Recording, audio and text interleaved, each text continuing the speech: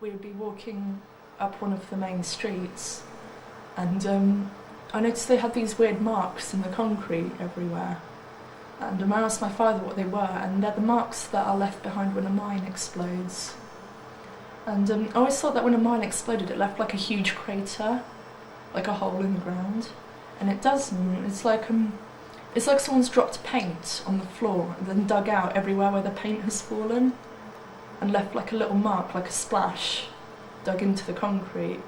And it was just so strange, such a little mark. But my father was telling me they'd thrown that mine into a line of people.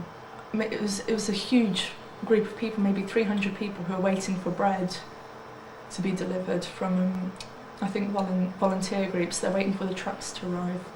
And because the streets are very narrow, I think almost everyone who was waiting there had died.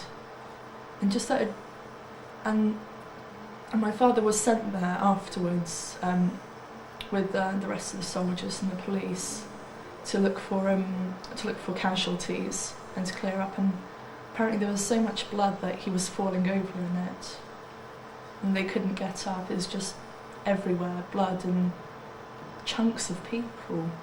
And it was apparently it was horrific. It was, people were running and screaming just from the sight of it. It was like something from a nightmare, she described to me.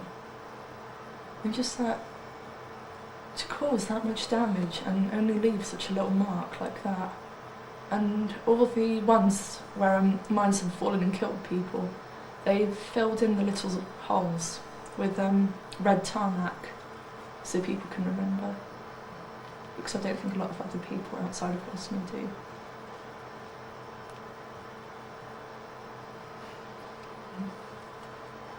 What else?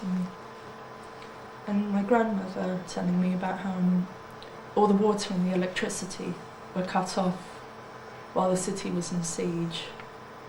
So just like you'd have to queue for bread, you'd have to go and queue for water sometimes. Like there would be a burst pipe, or someone would find some water mains that were still working, and you'd have to queue for hours just to fill a saucepan of water so you could take it back to your home. And when they couldn't find any running water, they had to take it from the river. I think it was the Drina that goes through Syria. But that would mean having to walk pretty much across the town where all the snipers could see you. And then to take water from a river which was full of rubbish and bodies, which you'd then have to take back and boil in order to make sure it was clean. By then you'd boiled away half of it. And she said that so many times she had gone to the river to get water and had to hide under the bridge because shelling had begun.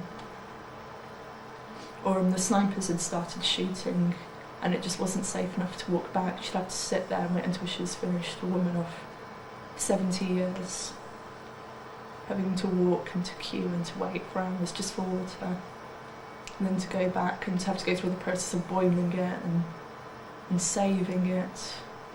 And because there was no electricity, they started cutting up the furniture to burn in order to have to boil this water, which wasn't fit to drink. And it got to the point where they pretty much cut up everything that was made out of wood or cloth, which could be burnt.